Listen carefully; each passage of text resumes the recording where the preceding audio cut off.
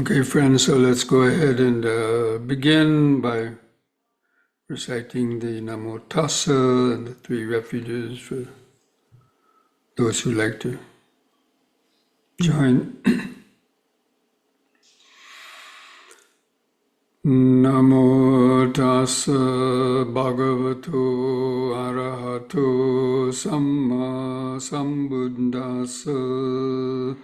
Namo Tassa Bhagavato Arahato Samma Sambuddhassa. Namo Tassa Bhagavato Arahato Samma Sambuddhassa. Buddhang Saranang Gacchami. Dhammang Saranang Gacchami. Sanghang Saranang Gacchami. Dutiyampi Buddhang Saranang Gacchami. Dutiyampi Dhammang Saranang Gacchami. Dutiyampi Sanghang Saranang Gacchami. Tatiyampi Buddhang Saranang Gacchami. Tatiyampi Dhammang Saranang Gacchami. Tatiyampi Sanghang Saranang Gacchami.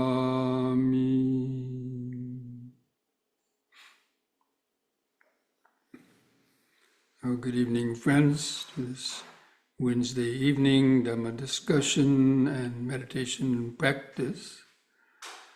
So I hope that you were able to receive the mailing that I sent out on Monday with an attachment with the sutta that I wanted to go over tonight, the Mula Pariyaya Sutta, although this is a condensed version. I've gone over this sutta actually before, once or twice before, but because it kind of fits in with the five aggregates, the talk and the description and the functioning of the five aggregates that we've gone over in the last month. So I hope you're able to at least read that concise version of the sutta. So I'm going to share the screen and bring up that that attachment. So this is the first sutta in the Majjhima Nikaya, which is the middle-length collection of suttas in the Pali Canon. And the English meaning of that, as it's usually translated, is the root of all things.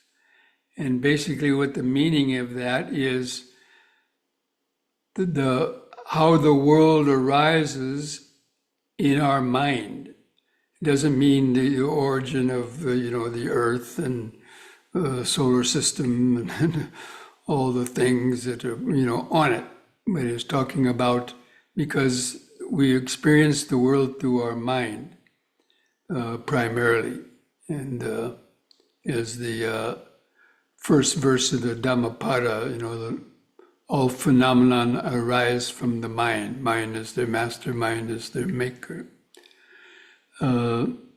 So that's what this Buddha is talking about. And if you've read the sutta by some other, like maybe Bhikkhu Bodhi, the introduction to the sutta by Bhikkhu Bodhi, or perhaps some other monks, they say that this is one of the more difficult of the suttas. I don't necessarily agree with that, but anyway, it does take a little bit more thinking to understand it. And that's why first, if you understand the five aggregates, then you'll be able to understand this sutta. Anyway, so the Buddha was giving a talk to a group of monks, and the Buddha is telling them, I will teach you the explanation of the root of all things. Listen and pay close attention. They said, yes, sir, Venerable Sir. And then the Buddha said, he's talking about the uneducated. Take the uneducated, ordinary person who has not seen the noble ones and is neither skilled nor trained in the teaching of the noble ones. So an uneducated, ordinary person, that means uneducated in the Dhamma.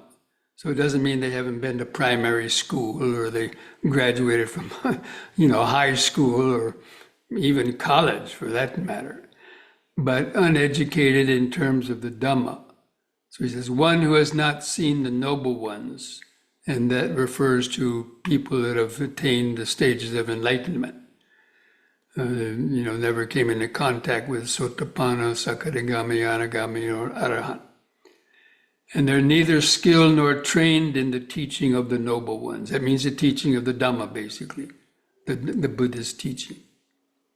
Because it's a skill, and you have to be trained in the Dhamma teachings, because the ordinary person is not trained in this, like living by the precepts, right? The ordinary person is not training themselves for skilled in living by the precepts. I mean, of course, some people are, but the ordinary persons. Anyway, so neither skilled nor trained in the teaching of the Dhamma. So therefore they perceive earth as earth. They identify with earth. That means the earth element. They identify regarding the earth. They identify as earth. They identify that earth is mine. They take pleasure in earth. Why is that? Because they haven't completely understood it. Now, this, of course, it takes some understanding, so that's why it is kind of difficult to understand, but that means that the earth element, not this earth that we're living on, it means they perceive the earth element, because later on it'll go on to say the same thing for the water element, fire element, and the air element. So they perceive anything made up of the four elements as earth. That means they look at their body and they perceive their body, or they look at a dog or a cat, or look at a house, or they look, down at the earth itself. They say, oh, I'm standing on the earth. Or they identify this body as, this body is something real. Or that person is something real. And then they identify regarding earth. And so they'll have different thoughts regarding the earth, about the earth element. Like, oh, that's a beautiful earth element, that's a beautiful body, that's an ugly body. And then identify as earth. That means this is my body, this is my house, this is my car. So they're identifying everything they experience as being from the standpoint of I, me, and mine. Or, they identify that the earth is mine, and they take pleasure in it. That means they form desires over the things that they can see, hear, smell, taste, and touch. And why is that? Because they haven't completely understood it. That means from the Dhamma point of view, they haven't understood it as being essentially kind of empty, as having any substantial permanence or substantial self-existence. And then he goes on to say the same thing. They perceive water as water. Let's say a tear coming down.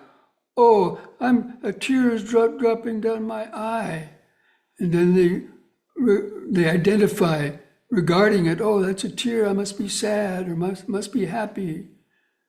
Identify, that's my tear. I'm crying. Or that's the saliva in my mouth. And they take pleasure in it, or that could mean displeasure too. That means they either have attachment or aversion toward these objects.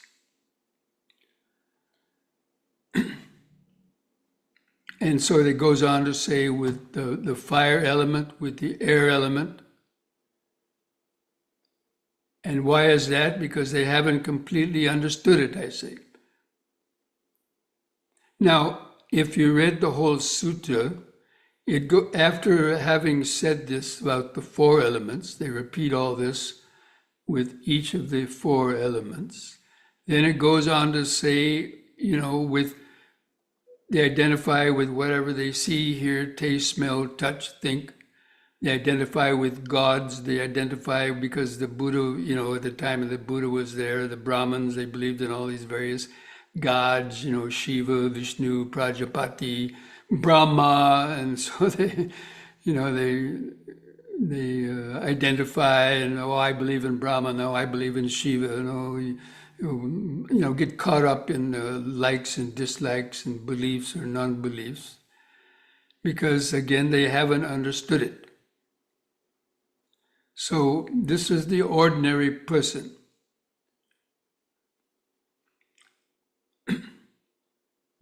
Now, this next part is the person who is a trainee. Now, a trainee is somebody who has attained at least the stage of the Sotapanna, or has entered the stream, had that first glimpse of enlightenment. And a trainee is normally either a Sotapanna, a once returner, or a never returner. They're still in training in overcoming the 10 fetters. So this is, the training is to overcome the 10 fetters. So a Sotapanna has overcome 3 fetters, the belief in a self, attachment to rites and rituals, and the fetter of doubt. But they still have sense, desire, ill will, and the other higher fetters of conceit and various attachments. So a person who is a trainee who hasn't achieved their heart's desire, that means they haven't achieved the final goal, but they live aspiring to the supreme teaching. That means they're living, they've entered the stream. Their mind is more or less, always thinking about the Dhamma and going in that direction, even though they still make mistakes, but they wouldn't break any of the major types of precepts like killing somebody and so on. But they directly know earth as earth, because that means they had a glimpse of emptiness. Basically, the experience of the stream entry is that glimpse of the Four Noble Truths, but specifically the cessation of the conditioned mind, even if it was just for a moment. They experience that momentary cessation where their sense of self vanished, and all their thoughts have vanished, and their mind has stopped. It sees that pure awareness. Basically, they experience that pure awareness beyond the boundaries of the conditioned mind. So that's the first kind of true glimpse of the unconditioned. But it only lasts a moment for a lot of people, or could last a few moments. But it's like a lightning bolt, just arising and lighting up the surroundings for a brief moment, but then it vanishes. But now you have a memory of what is, maybe you were totally in the dark and the lightning bolt came off, and then you realize, oh, there's stuff around here, but it went back into darkness. But at least now you know that there's, some object on your right, some object on your left, some object a few feet in front. So you're a little bit more careful about where you walk. So that is meaning they directly know earth as earth, but they shouldn't identify with earth. That means they shouldn't, but they still do to a certain extent. They shouldn't identify regarding earth. They shouldn't identify as earth. They shouldn't identify with earth as mind. Or they shouldn't, form greed and hatred in terms of the earth, fire, water, and air. That means basically any object, anything that you see, hear, smell, taste, touch, or even think about. All those six senses, so don't, the wording of the sutra is a little confusing about the earth and water. Just take it to mean that it's anything that you can see, hear, smell, taste, touch, or even think about is being created by these aggregates. And they're all empty of any substance in terms of the ultimate truth. So why shouldn't they identify those things? So that they would be able to eventually attain the later stages of enlightenment, the further stages of enlightenment. So they're trying, but they don't have perfect mindfulness. They're trying to be mindful, and then maybe they have a desire to tell a lie, but they catch it before they're told a lie. No, I shouldn't do that. That's bad karma. It's going to come back to haunt me, or I shouldn't, squish that cockroach. So they have mindfulness, but they might. The thoughts about doing things may come, but hopefully most of the time they'll have mindfulness, not especially to break any of those six major kind of karmas that they would have to, like killing the mother or father, wounding an arhat, or killing an arhat, wounding a Buddha, creating a schism in the order. But anyway, so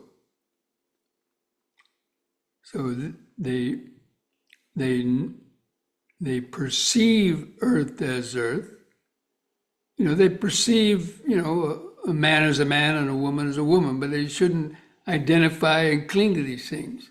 Like nowadays, with all this gender neutrality thing, it's kind of, they're heading in the right direction, don't call me a man or a woman, I'm just a being, right? Okay, so that's a kind of a Dhamma attitude, I suppose.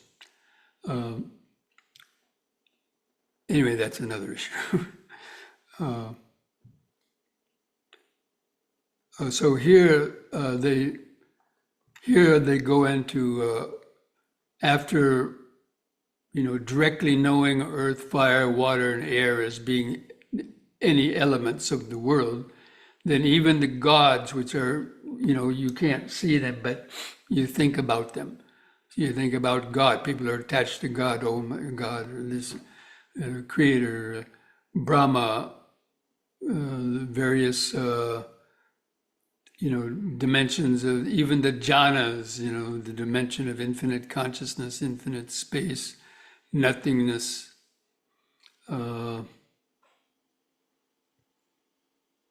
They directly know extinguishment as extinguishment, but even they shouldn't identify with extinguishment. That means a person attains enlightenment, but they shouldn't say, oh, I'm enlightened, because the I wouldn't be there, in a fully enlightened person, although for communication and so on. Like the Buddha used to not call himself I all the time. Sometimes he might have, but for conversation. But, he used to say the Tathagata does this and the Tathagata does that.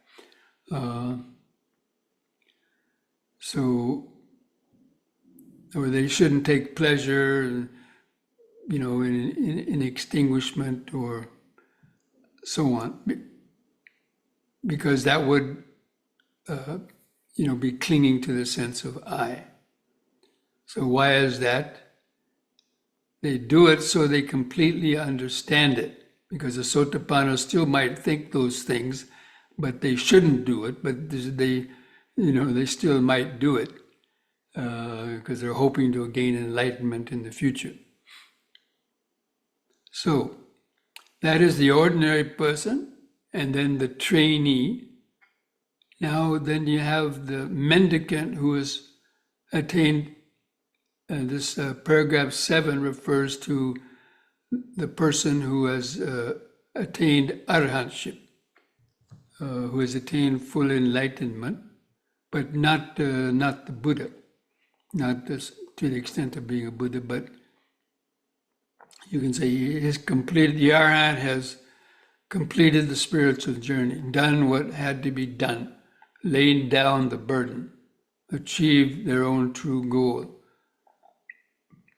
ended the fetters of rebirth, and is rightly free to enlightenment. They directly know earth as earth, but they don't identify with earth. Where the trainee shouldn't identify with earth, but the arhats don't identify with it. So that's the difference. This is a grading, a different gradation. From the ordinary person does those things. The trainee is trying not to do them, but the arhat, the enlightened person, doesn't do them. And why is that? Because they have completely understood it. And then in the sutta,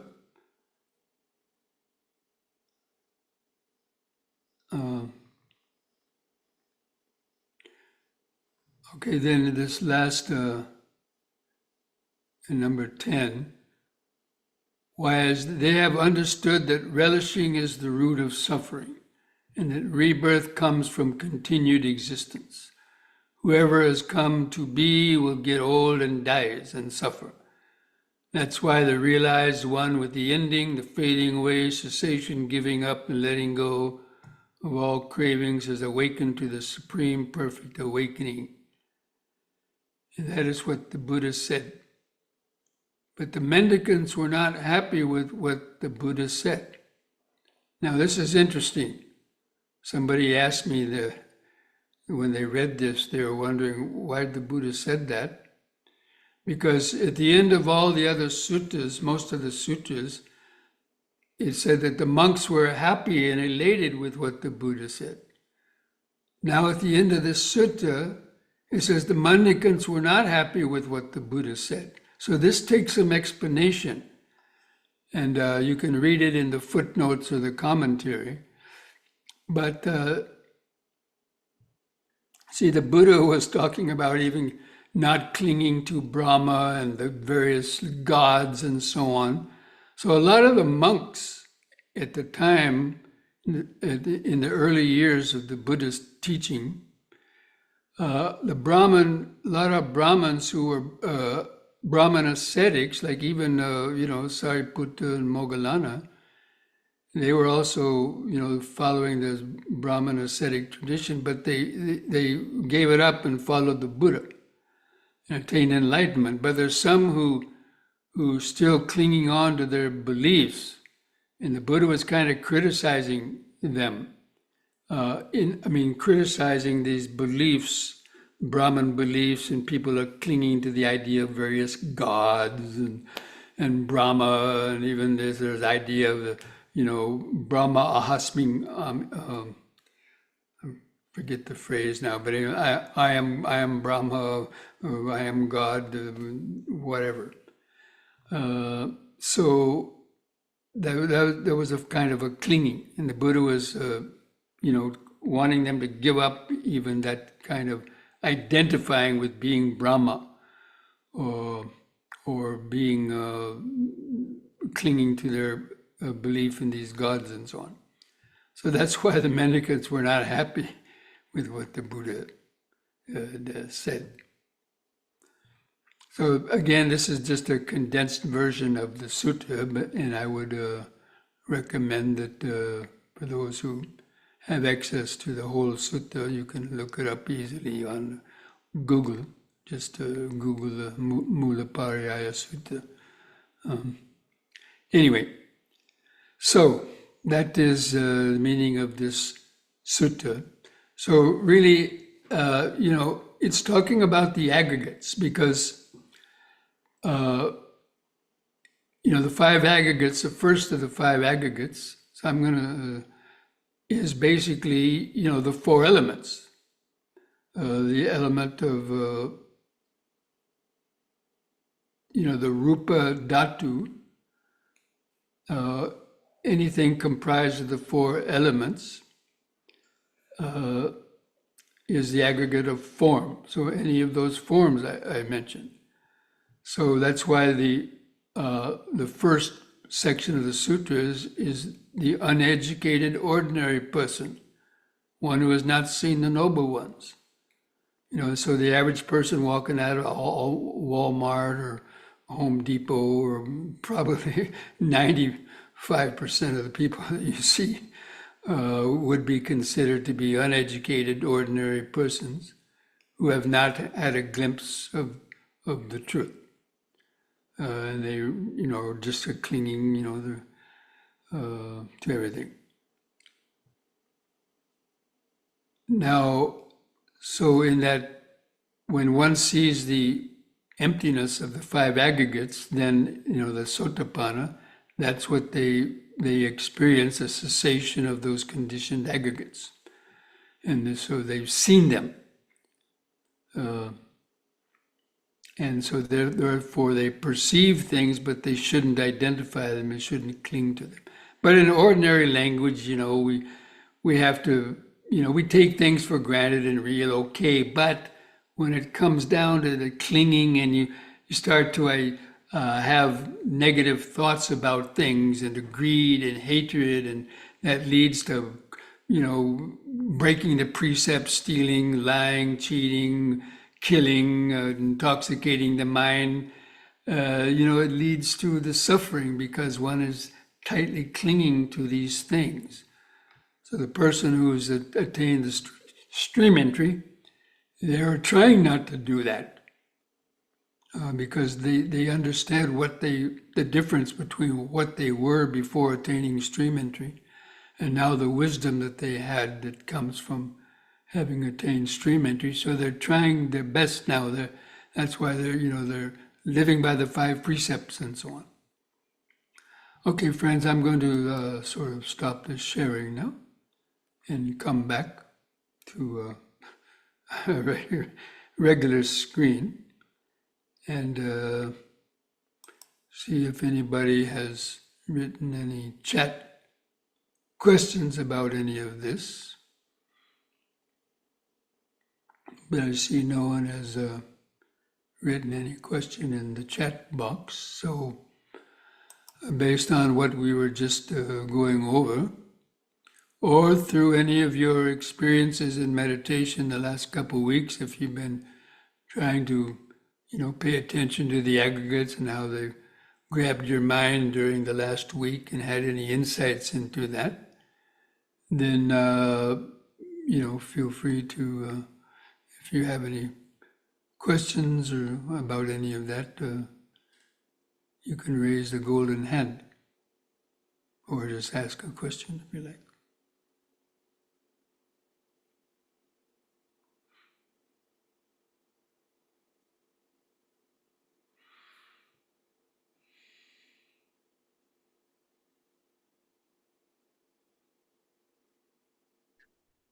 Bhante, I really don't have a question, but I like to tell you what I've been researching lately and spending a lot of time doing. Okay. And I've been spending my time looking at the 31 planes of existence. The central realm and the Brahma realm.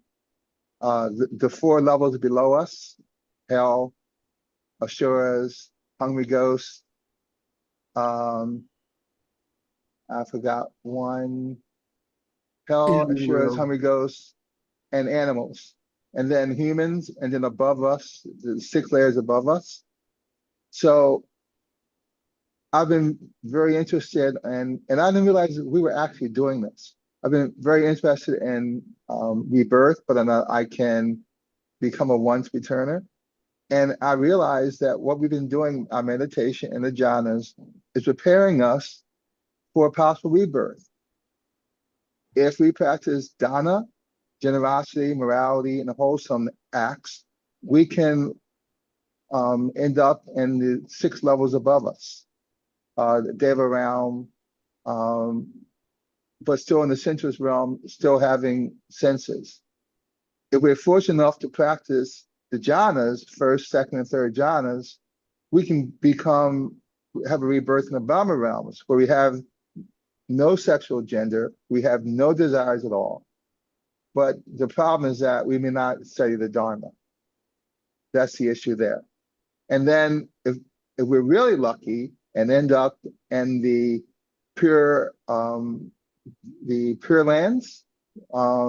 the top 5 with the pure abodes, then we're once returners and we no longer have to be concerned about rebirth in a human body or any of the levels below us. And then the immaterial jhanas, the 4 at the very top, the sphere of infinite space, the sphere of consciousness, the sphere of nothingness, the sphere of neither perception or non-perception. It's fine to go there, but if we end up there, we're like zombies. We don't want to end up there. So Well, I wouldn't say you're like a zombie, but that those lifespans in those realms are like, to billions of years or millions and millions of years, and you can't really think or practice Dhamma in those immaterial jhanas. That's why they're not. The Buddha didn't recommend to be reborn in those levels if you're really interested in attaining enlightenment. yeah. So what you've been teaching us and having us do, if we meditate, if we follow the precepts, if we're able to attain first, second, third, or fourth jhana, any rebirth that we have is going to be marvelous. We can come back as Well, or attaining the stream entry is even better. The Buddha said that higher than the jhanas is the stages of enlightenment. Hmm. Because even if you're reborn in one of the lower jhanic realms, the lifespan there is also like thousands and thousands of years, 50,000 years or something, and you're delaying your time of enlightenment. So the Buddha didn't really recommend it.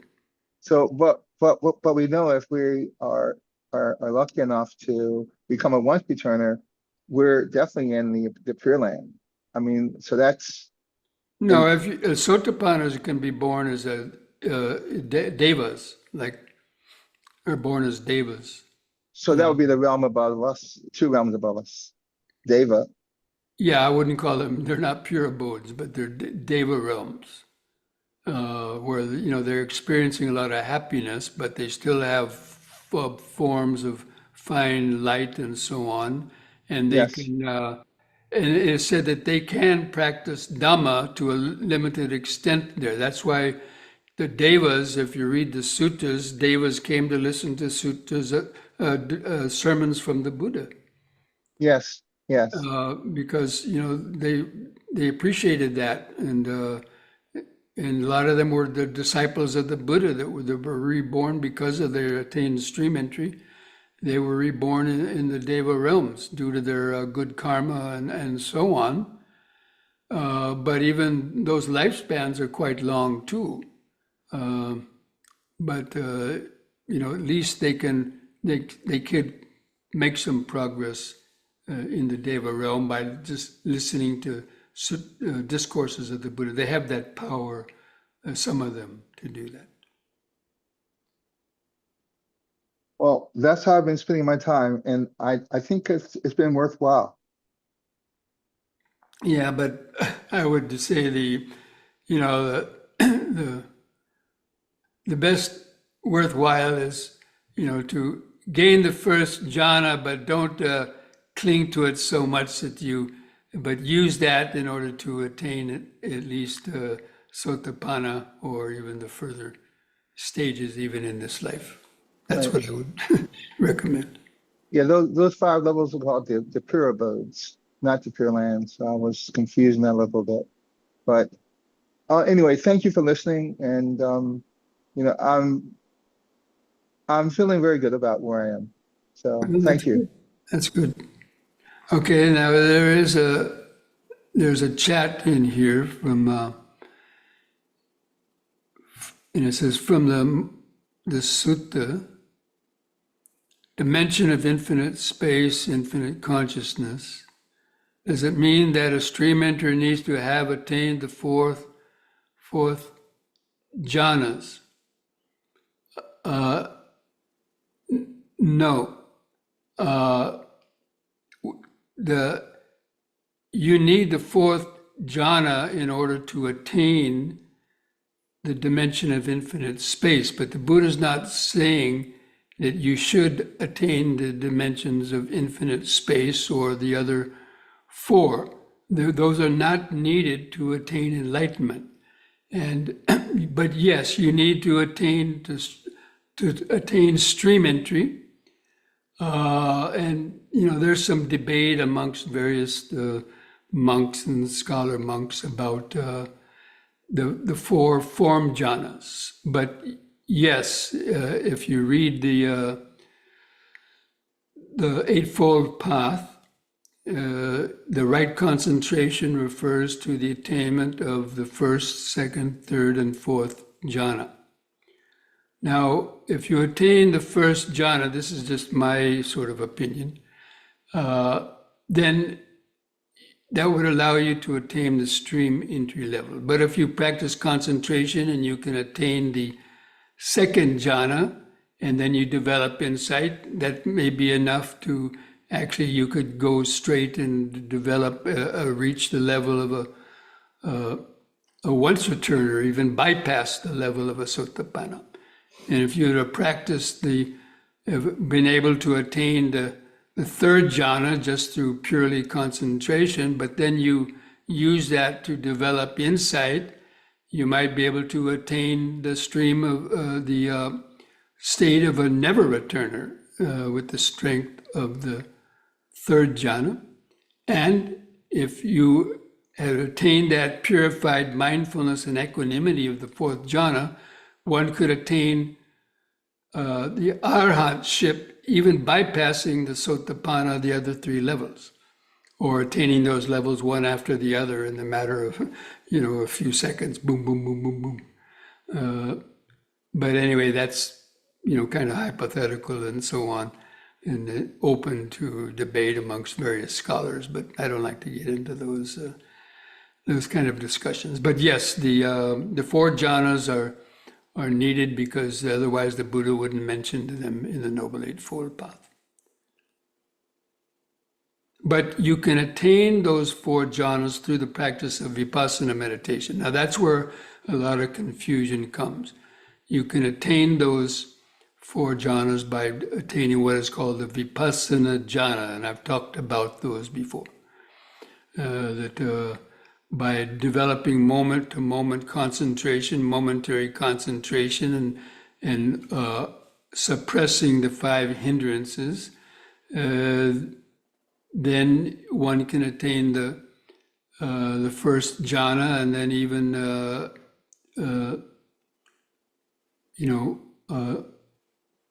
and that would be enough to attain the stream entry level.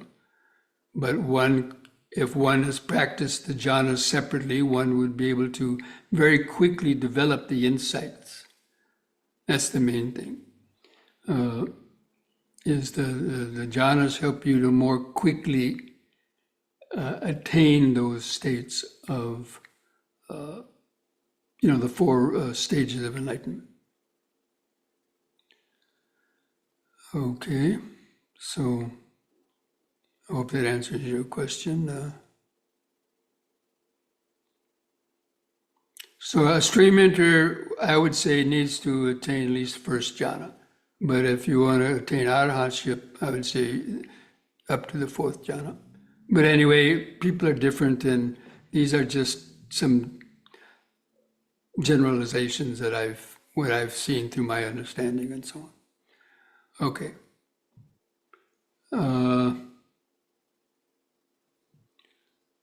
Okay, there's another question here. What is a jhana? Jhana simply means absorbed concentration, where the mind has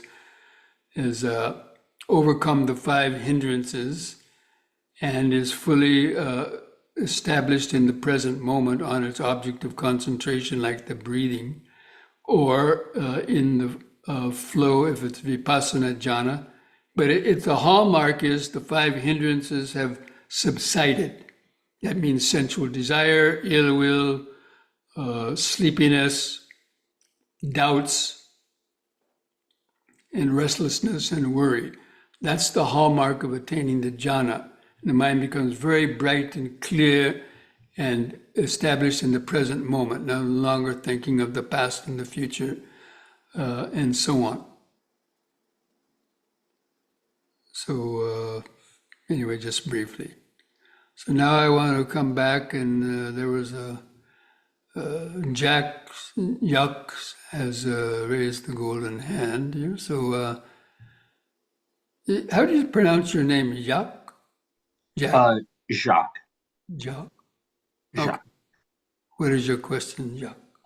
So I've been practicing the meditations that we've been discussing or the analytical approach to meditation that we've been discussing over the last few weeks. There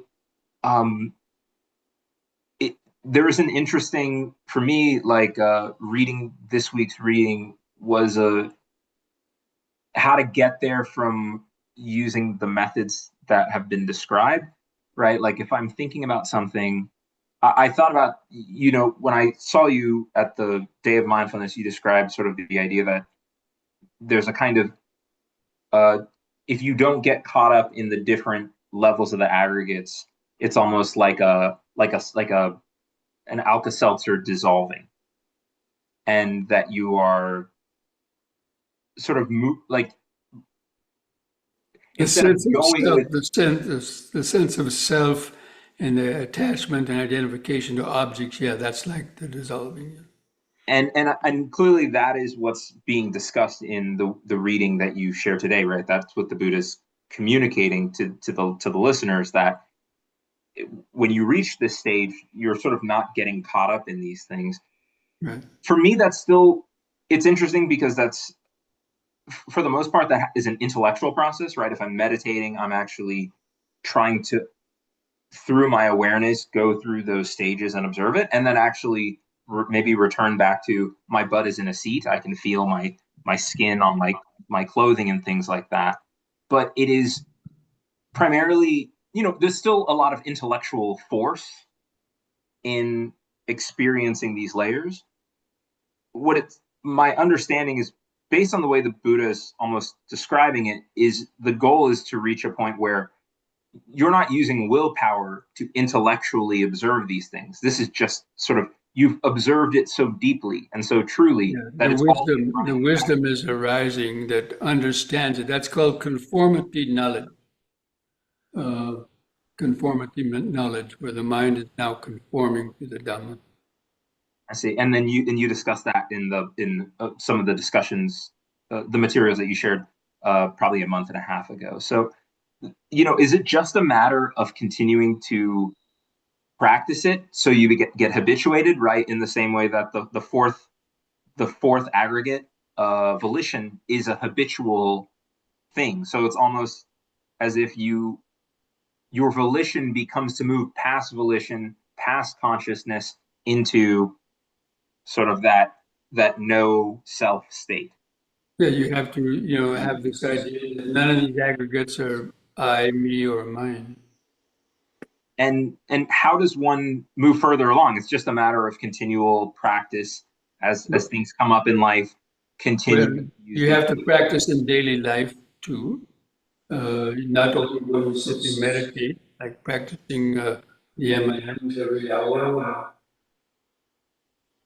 and reflecting on various things, and changing your life to a certain extent to conform with the Dhamma. Okay. I just was wondering, it's like, it's because I have noticed earlier in last week, it was the sense of the ability to do it was weaker and it required more mental concentration. But right, early this week, it is more of like a passive thing where I can, it's almost like an emotion could try to take me or a thought could try to take me. And there's a part of me that might go, hey, we don't have to get on that, right? Like Right. that's just like a thing. It's not the truth. So Right. it is just a matter of, at least at the stage I'm at, I'm thinking it's just a matter of just sort of practicing this as a habit. So, and then there'll be other things later, but sort of I'm thinking to myself, what am I doing right now? And it is sort of conditioning more of this relationship with physical things, with Earth. Okay. Yeah, the more you can apply Dhamma to things that come up, that's going to help us. Again, that the conformity knowledge is starting to arise when the mind is starting to practice by itself, not from your ego. I don't know what this echo is going on. It's very interesting what he said, um, because I look at this body now, it's just a body that I inherited from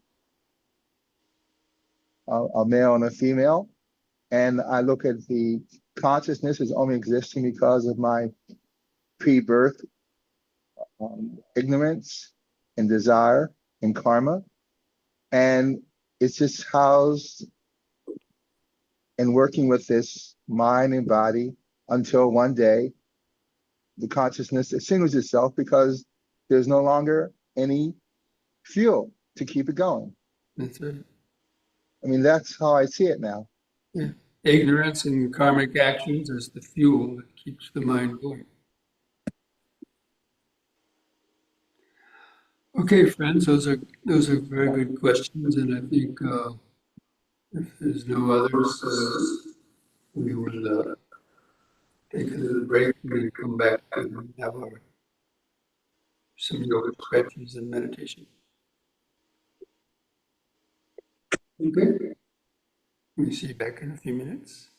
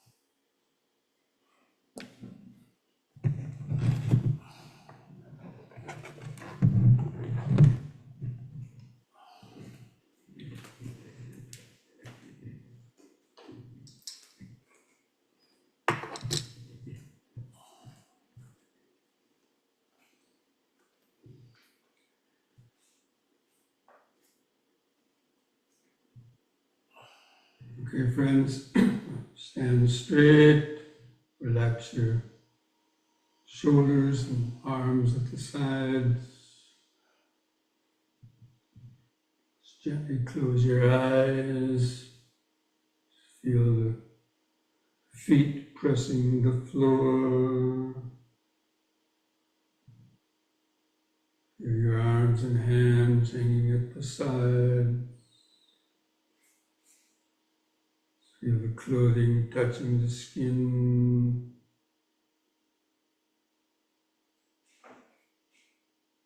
Feel your head balanced on top. Feel your eyes in the socket. And begin some deep, slow breathing, taking 2 or 3 seconds to expand your abdomen, rib cage, and upper chest. Hold the air in for 2 seconds, and slowly breathe out.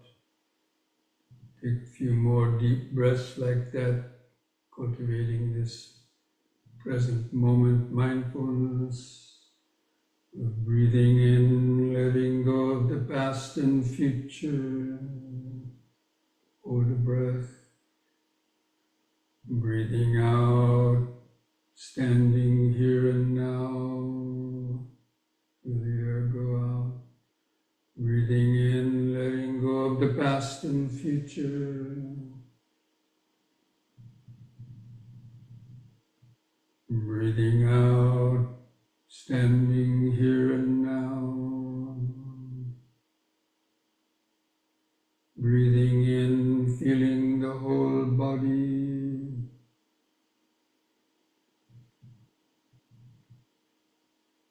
Breathing out, feeling the whole body. Now we'll combine this breathing with these movements, repeating each one 3 times. So on the next in breath, raise your arms over the head, interlock your fingers, straighten the arms, stretch the head back, stretch upwards, feel the sensation. Release the fingers, out breath, arms back to the sides, feel the air go out. Again, in breath. Stretch up, bend back a bit, feel the arch in the spine. Out breath, feel the air go out. Once more, in. Bend back a little more, hold it a little longer. Feel the sensation. Out breath, feel the air go out. Relax, close the eyes. Try to feel the outline of the body. Head on top, arms at the sides. Clothing touching the skin, feet pressing the floor. Just remember the present moment. Standing, standing, standing. Just letting go of your thoughts. Get out of your mind into the body.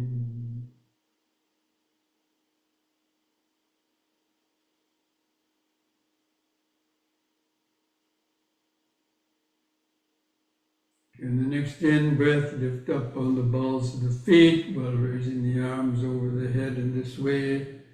Raise the hands toward each other, 5 inches apart, and stretch. Out breath, come back down, feel the air go out. Use the in breath to help lift up the body. Stretch. Out. Feel the air go out. Once more, in.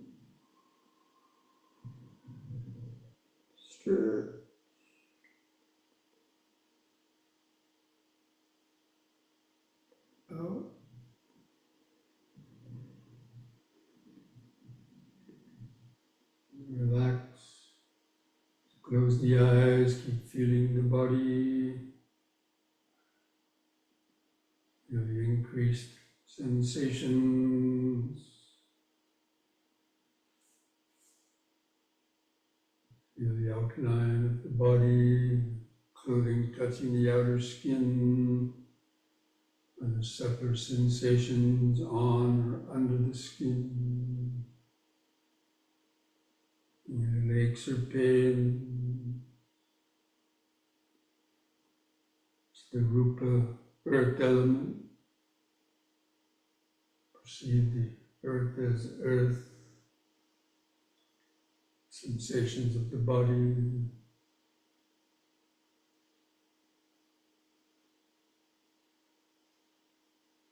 If you call it earth, if you call it my body, that's conceiving an earth.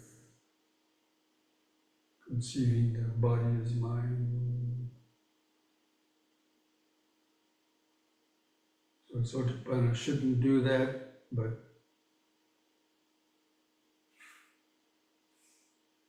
it's there. Okay, next we'll do side bendings on the in-breath, raise both arms up. On the out-breath, bend over the right side. Feel the stretch in the side, keep the arms parallel to each other. In-breath, lift up. Then the other side, out-breath.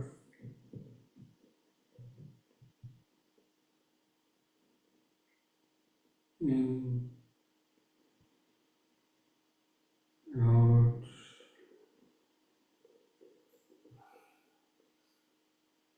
in, out.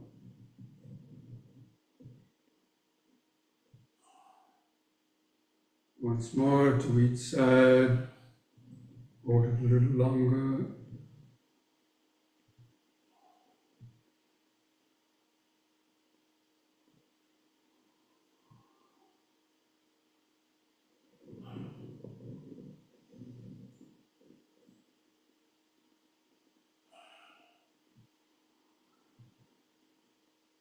And lower the arms, the out breath. Close the eyes. Keep feeling increased sensations.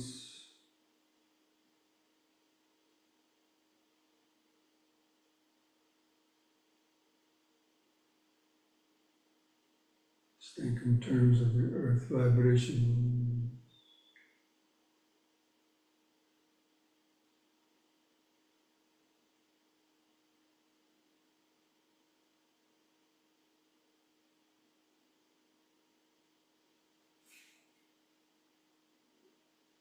And next we'll do the knee bending or squatting. On the next in-breath, you lift up on the balls of the feet, lift the arms up front for balance. Out breath, bend the knees, lower down, balancing on the balls of the feet. Come to the squatting position if you can. In the in-breath, feel the muscles of the legs pushing the body up on the toes. Out.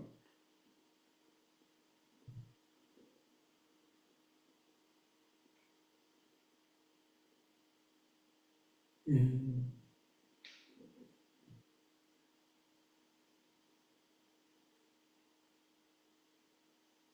Out.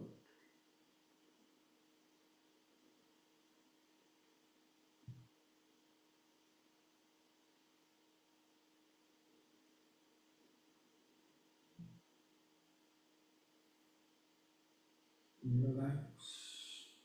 Feel the increased heartbeat. Other sensations.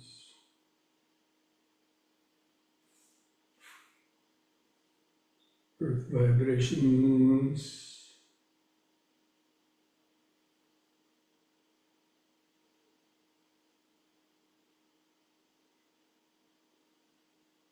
pleasant sensations, unpleasant sensations.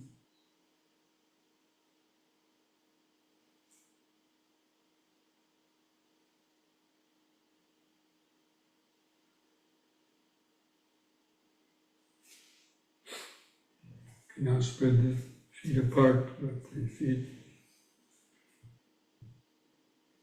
Pull the arms out to the sides. You're twisting from right to left. In the spinal column, lateral, twisting of the vertebrae. Breathe in. Out breath, twist to the right. Keep your eyes focused on the hand, going back. In breath, back to the front. Let your feet turn with the body, and twist to the other side. Out breath.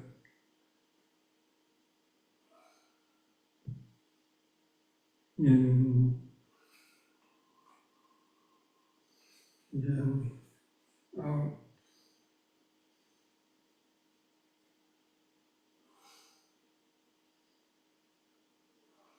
In. Out.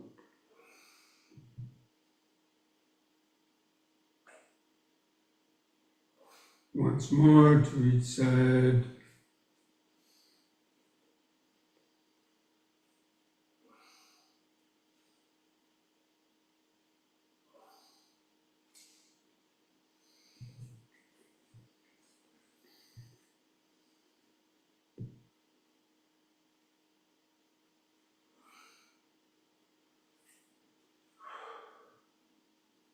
Relax. Close the eyes. Feel each foot pressing the floor. Perceiving earth as earth.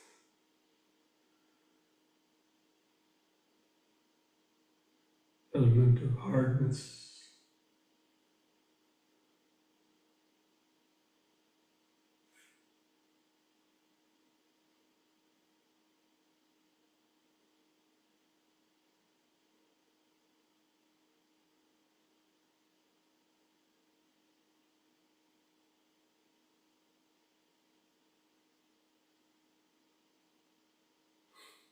Now place the hands together at the chest.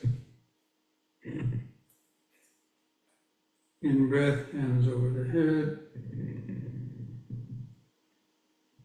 On the out breath, hands to the chest, bend the knees, lower down, try to keep the back upright, feet flat on the floor. In breath, feel the muscles in the legs pushing the body up. Out, come down a little more.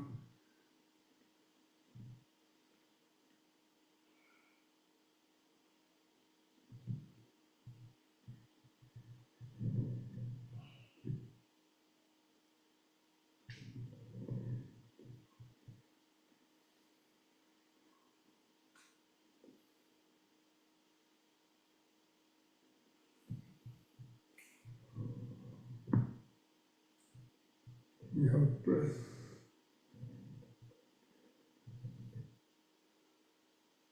Feel the outline of the body.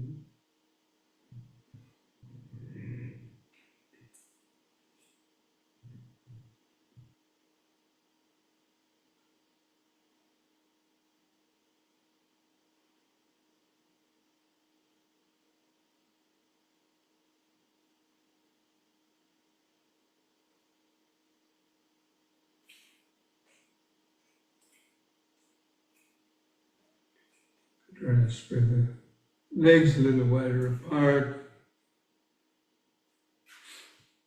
Do the forward and backward bending. Let the hands touch the front of the legs. Breathe in. On the out breath, bend forward. Let the hands slide to your kneecaps. Keep the head lifted up, looking out straight ahead. Try to flatten the spine. the legs straight, the arms straight.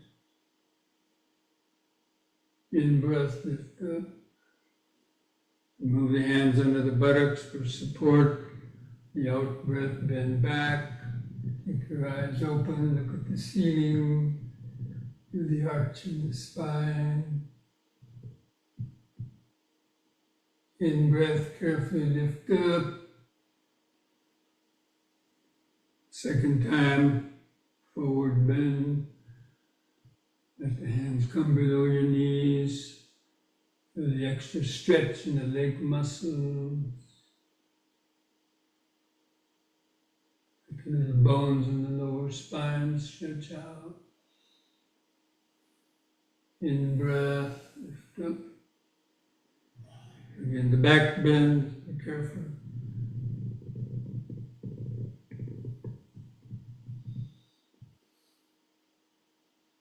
In breath, up. And the third time, let the hands come down as far as you can towards your ankles or feet. And hold on there longer. Let the little bones in the lower spine stretch out. Feel all the sensations.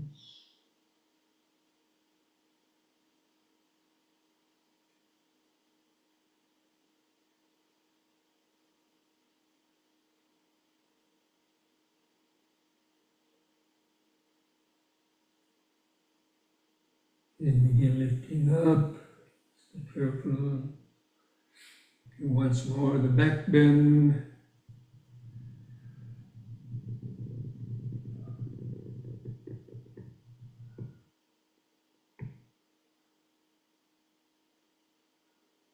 In breath. And the out breath, relax your arms and shoulders. Close the eyes, feel each foot pressing the floor. And feel the outline of the body exactly as it is. Present moment, body-centered awareness.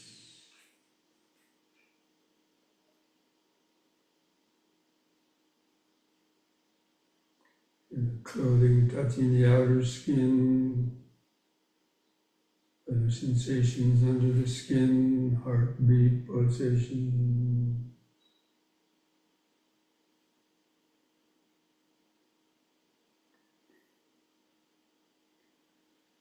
Okay, now bring the legs back together. And one last exercise. The head turning from right to left. Loosen up the neck vertebrae. On the in-breath, turn your head to the right. Look over your right shoulder. There's a twist in the neck. Out breath, turn the head all the way back to the left. Look over the left shoulder. In breath, right.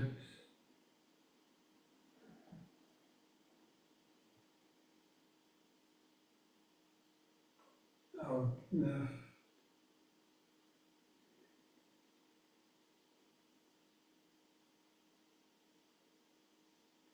In right.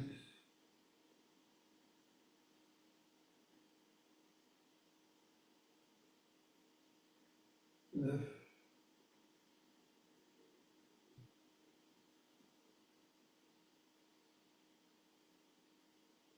On the in-breath, let the head stop in the middle. Just keep feeling the body. Feel that organic aliveness. Bodies, millions of cells, vibrating, pulsating, interacting, producing all these four elemental vibrations, especially the earth element.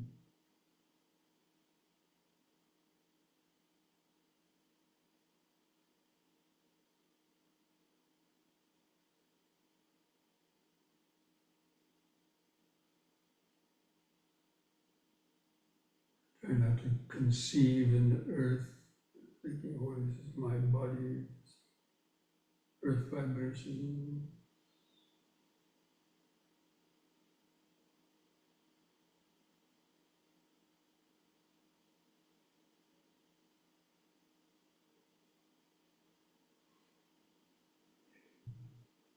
Okay, so now let's come back to our seats. We're sitting.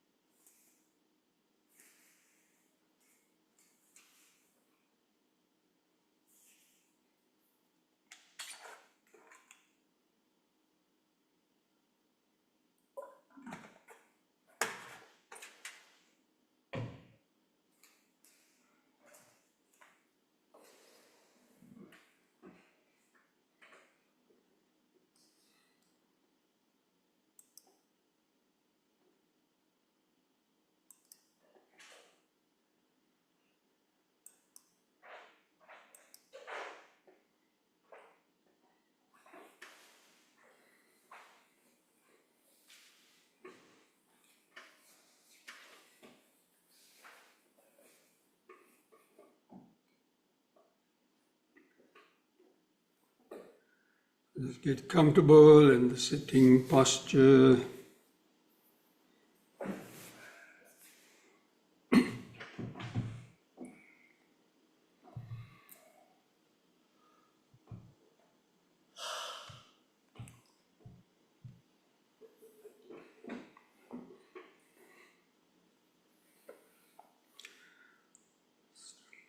So line the back of your head and spine in a straight line.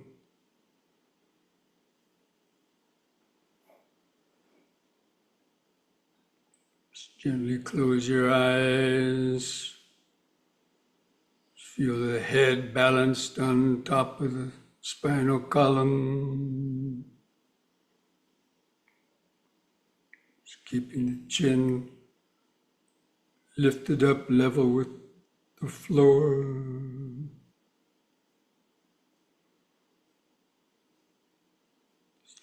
Feel the head balanced on top.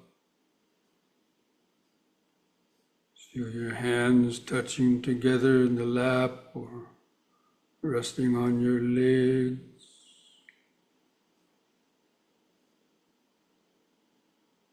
Feel the clothing touching the skin.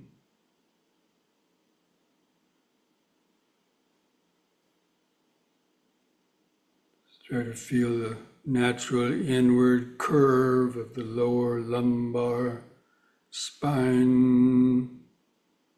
Just feel that slight inward arch to the spine. If you can, imagine the spinal column going up to your back to join the base of your skull.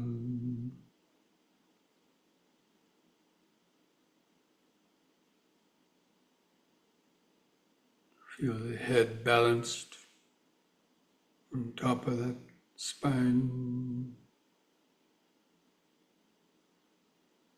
Try to hold that outline of the sitting body in the mind's eye. Try to find that center of gravity, the tipping point where the body could either tip backwards or forward.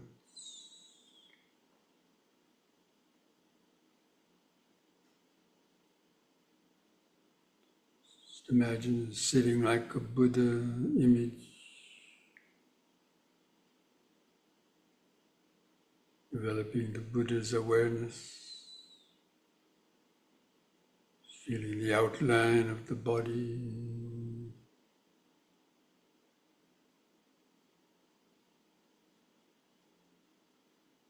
And begin doing some deep, slow breathing to feel the expanding and contracting of the breathing, middle of that body outline. Just developing this mindfulness, breathing in, letting go of the past and future. Hold the breath a second. Breathing out, sitting here and now. Breathing in, letting go of the past and future.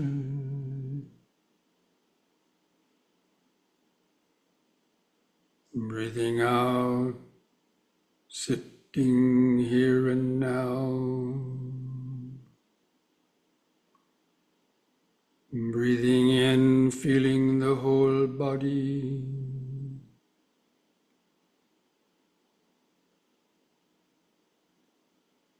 Breathing out, feeling the whole body. Now let us count the breaths from 1 to 10, develop a more continuous concentration on the breathing. I'll do the counting for you. Just try to follow that with your breathing and concentration. So with the next expanding in breath, mentally count to 1. Hold the breath in a second. And with the contracting out breath, also count to 1. Feel the last bit of air go out. Next in breath, 2.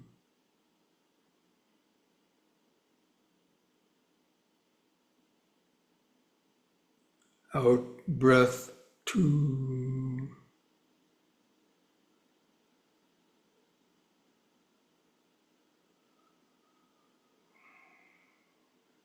In 3.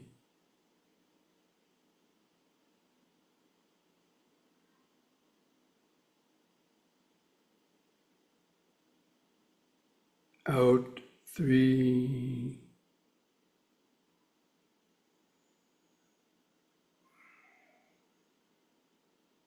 In 4.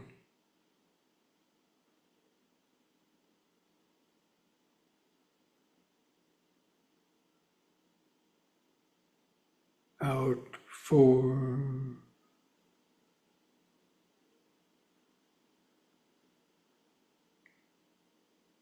In 5.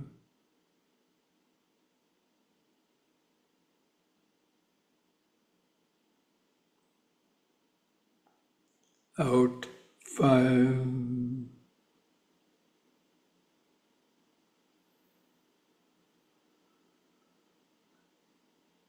In 6.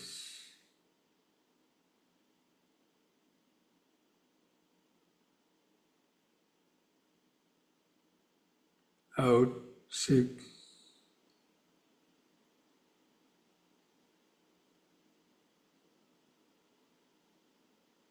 In 7.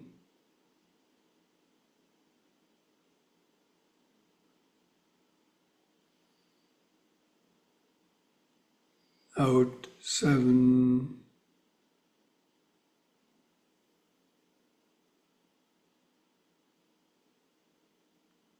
In 8,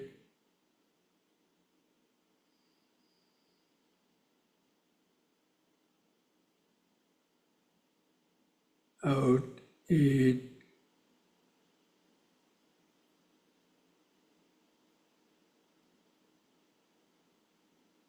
in 9,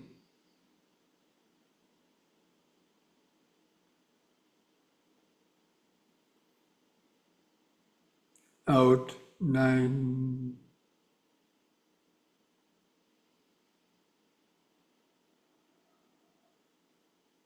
in 10,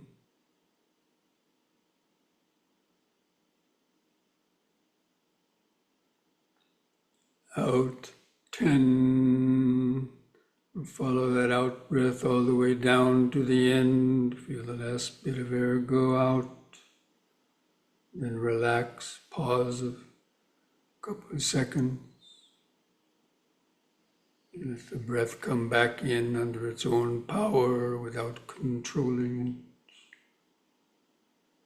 But continue to observe the breathing. Just keep the attention focused on the clothing touching the skin of the abdomen, stomach, rib cage, your chest, as it expands and contracts, producing different sensations.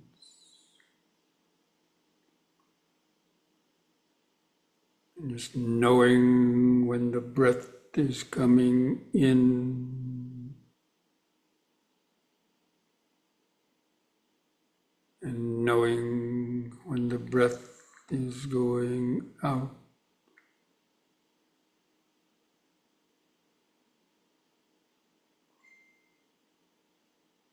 When observing the breath, you can observe the earth element as well as the air element together.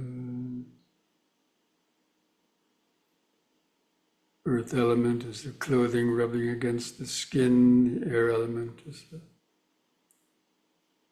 air going in and out, expanding of the lungs.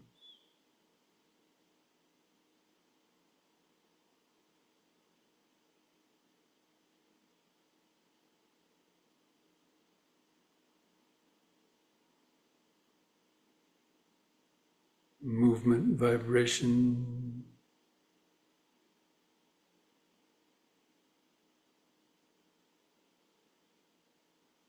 Earth vibration, movement, vibration.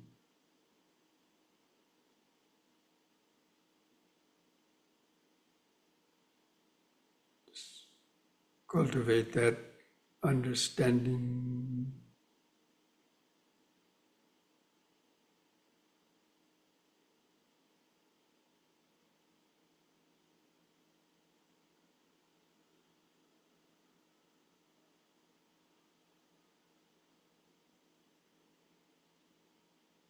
Just try to feel the 4 phases of each breath cycle and expanding in breath in the brief pause, the contracting out breath and the brief pause.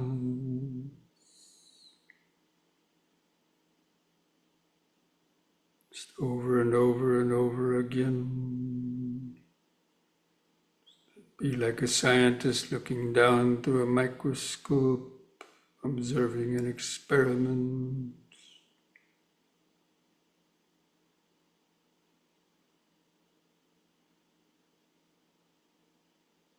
This body's breathing is keeping this body alive.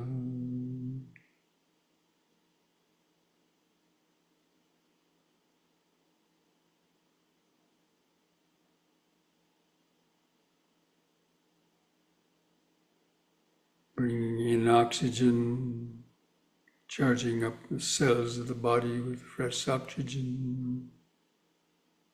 Let's go out to feed all the cells of the body.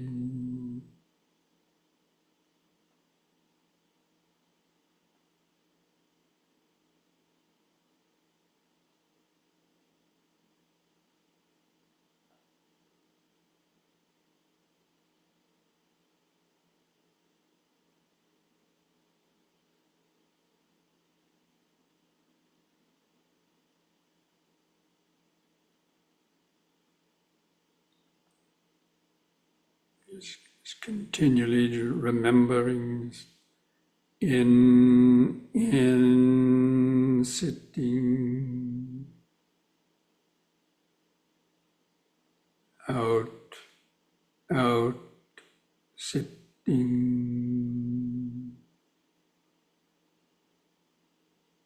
breath by breath, moment by moment, cultivating mindfulness and concentration. Concentrated mindfulness.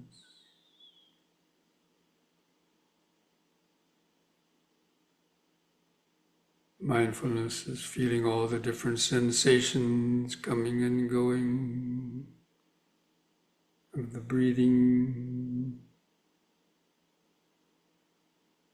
Concentration is not allowing your mind to wander in thought. Stay focused in the center of the body. Mindfulness is the alertness to notice thoughts arising, letting go of them. Concentration is staying with the breathing.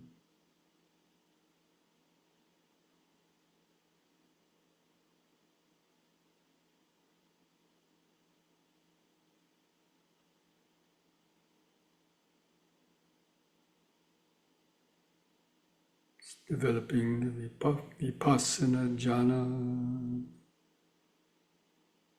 developing concentration, but awareness at the same time.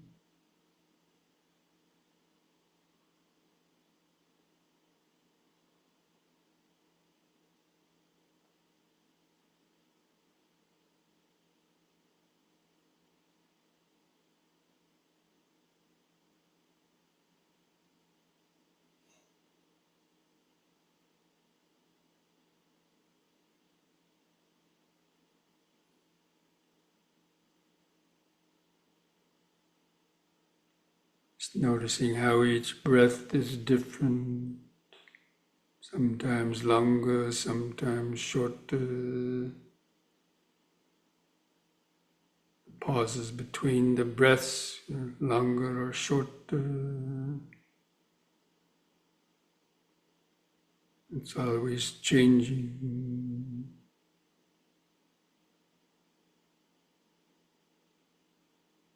To notice the changes is the vipassana, the concentration is not allowing your mind to get lost in other thoughts. Remembering breathing in, breathing out,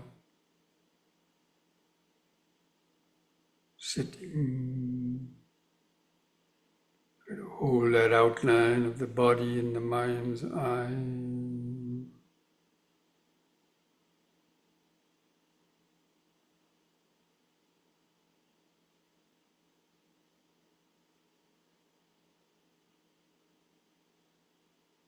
Feeling all the different sensations within that body outline.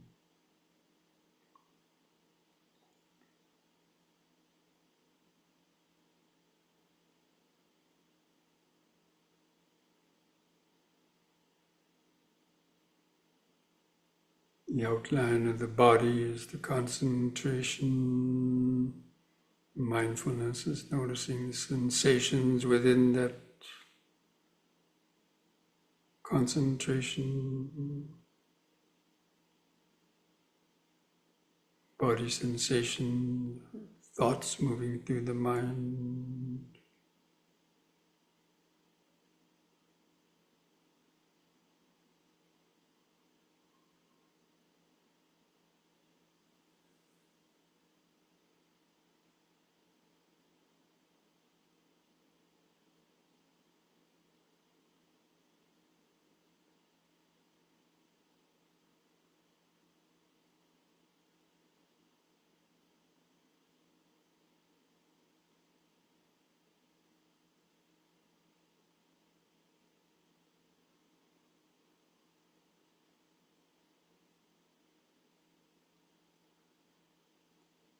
If it helps to concentrate, come back and do more regulated three-part breathing to help stay concentrated in the body, feeling more sensation.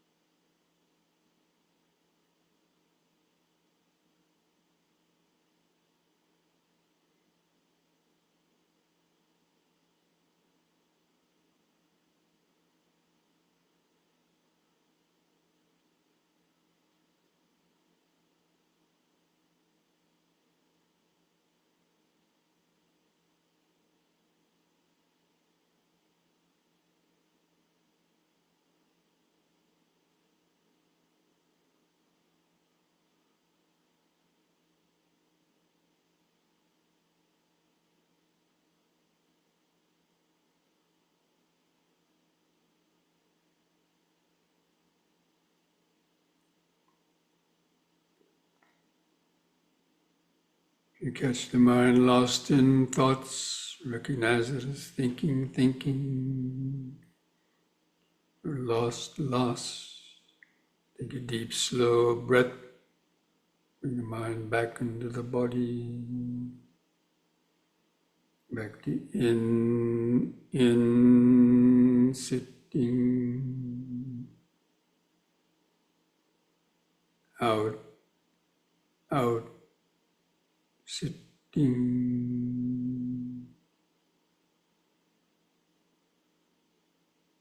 Breath by breath, moment by moment.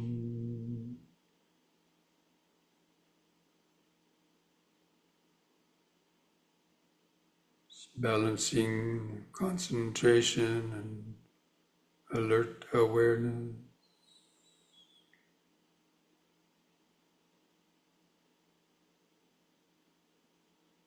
Concentration is, remember, feeling the body. The awareness is noticing the changing sensations within the body, or thoughts going through the mind.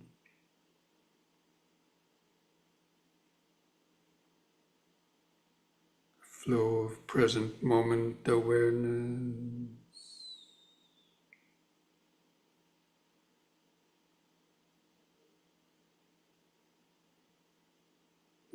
Vipassana jhana.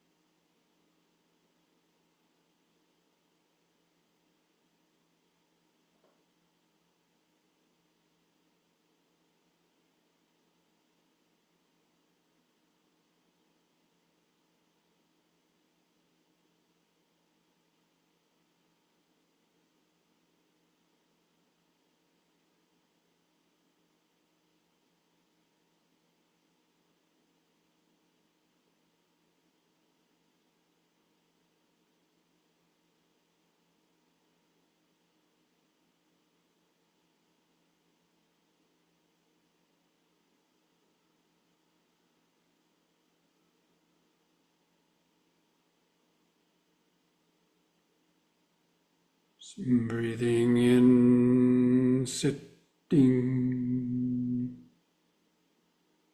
Breathing out, sitting. So many different sensations come and go.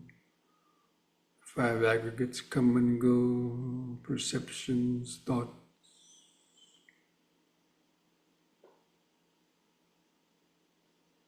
Thoughts of I, me, or mine come and go. Ego consciousness. All these 5 aggregates just arising and passing away, coming and going. Their nature of constant change and impermanent. They're coming and going through this expanded space of present moment awareness.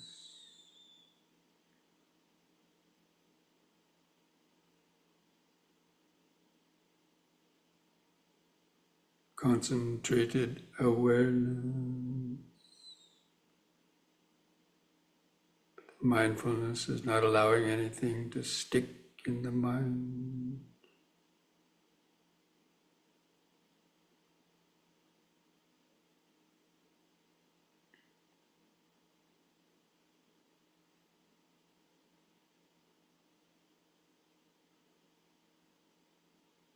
If you have good awareness, just try to feel like being an empty house. This body is like an empty house with nobody home to answer the call, knocking on the doors and windows.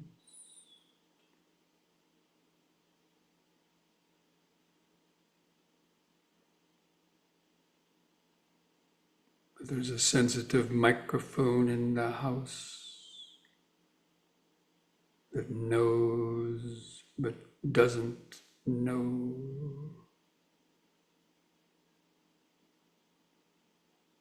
It knows coming and going but doesn't know what is coming and going.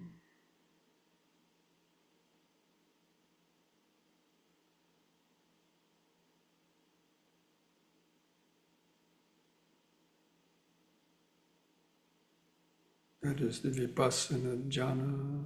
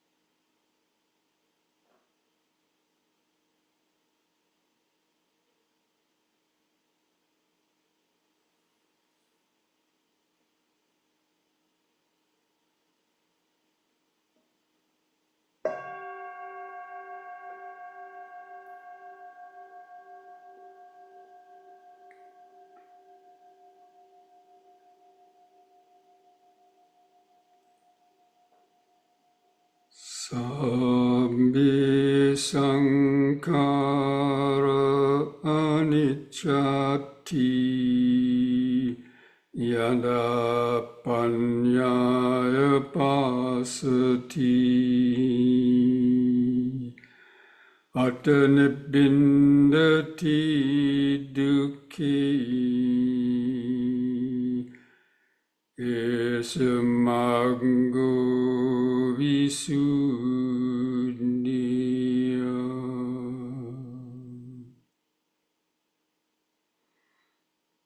All conditioned things, the five aggregates of this body, mind, and world are impermanent.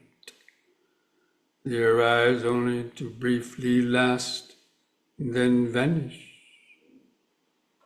When one sees this with the eye of wisdom, one becomes disenchanted with self-created suffering. This is the path to purity, to freedom.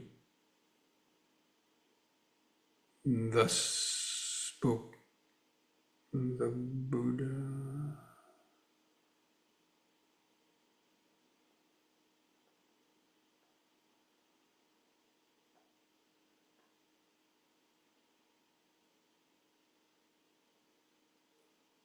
Now I invite you to join in chanting the word sadhu 3 times slowly. We do that chanting on a long out breath to feel those vibrations in the body and mind.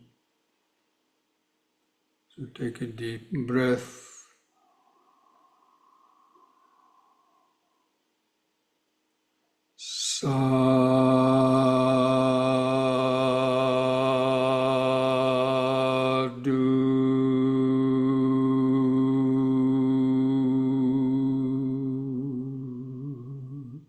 Breathe.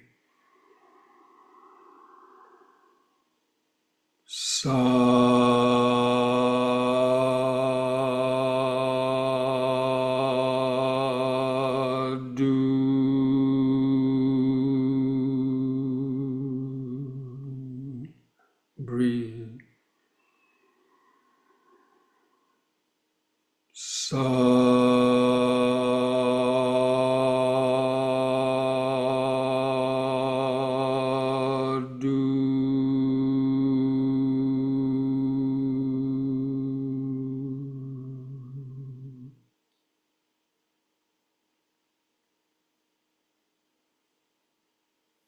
Now place your hands at the edge of your knees. Take one more deep breath as you breathe in. Stretch your head back. Pull the hands against your knees to arch your spine. Look up at the ceiling. Let out the breath. Lift the head up on an in-breath, and on the out-breath, press your chin to the notch at the top of the chest. Stretch the neck vertebrae.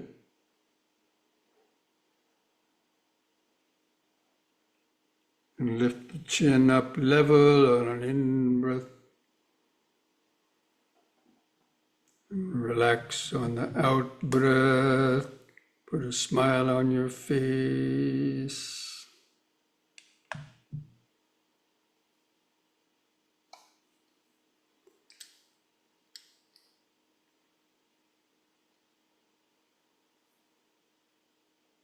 Okay, friends, so I hope that you were able to have a fruitful meditation, gaining a little bit of concentration, a little bit of awareness, insight. So just a reminder that next Wednesday, we won't have this program because I'm going to Canada this weekend, and for a week I'll be up leading a retreat in northern Canada. So we won't have this Wednesday program, but the following Wednesday we'll be back to having this weekly program. So until then, try to keep up your meditation practice, especially try to work on increasing the amount of M&Ms, minutes of mindfulness you can do during the day, because that's really going to be probably even more important than just trying to sit for one longer period a day. It's out there in your daily life, learning how to pause, break that rush to the future, come to the present moment. 1 minute. Oh, ඔළුව ළමා ගෙනි කතා කරලා බලන්නකො. ආම්දුර දිහා ඇරලා ඇත්තක පියායි. Nisanka, I hear you talking. Okay, friends. Anyway, until then, be well, be safe, be mindful, be wise.